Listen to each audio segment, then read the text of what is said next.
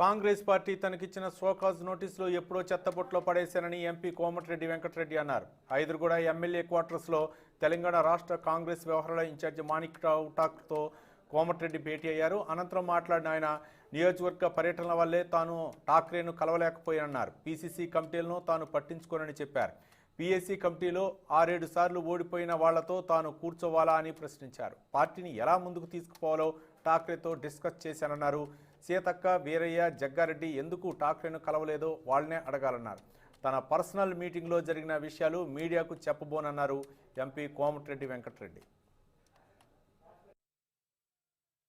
నడుస్తుందంటే ఇవాళ పొద్దున్న 9:30కి రమ్మని మెసేజ్ పెట్టిండు. వచ్చిన గంట సేపు మాట్లాడినా పోతున్నా. గాంధీ భవన్ కలుతానంటే నా కాన్ఫరెన్స్ 6 కూడా చనిపోయినాగా.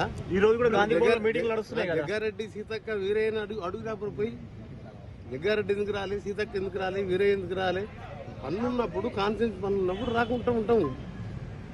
అదొక ఇష్యూ నాదేమన్నా. ఇప్పుడు మీకు షోకాజ్ నోటీస్ ఇచ్చిన తర్వాత మనస్తాపానికి గురయ్యి కొంత ఇప్పుడు ఆ సమస్యలన్నీ పరిష్కారం అయ్యాయా? వెంకటరెడ్డి కాంగ్రెస్ పార్టీతో కొనసాగుతారా? చిన్నపిల్లల మాటలు, చిన్నపిల్లల క్వశ్చన్లు. అది షోకాజ్ నోటీస్ ఎప్పుడో తీసి చెత్తపుట్టలు వేసింది. అది నేను రోజు కాంగ్రెస్ పార్టీ ప్రోగ్రాంలో తిరుగుతున్నా, డెవలప్మెంట్ ప్రోగ్రాంలో తిరుగుతున్నా.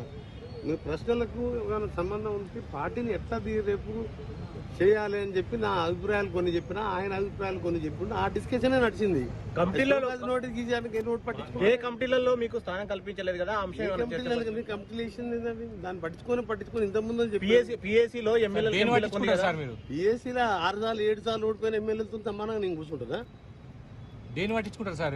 ఏసీసీ దాన్ని చెట్టబుట్ట పట్టించుకుంటున్నారు, ఆ కమిటీలను పట్టించుకో దేని పట్టించుకుంటారు?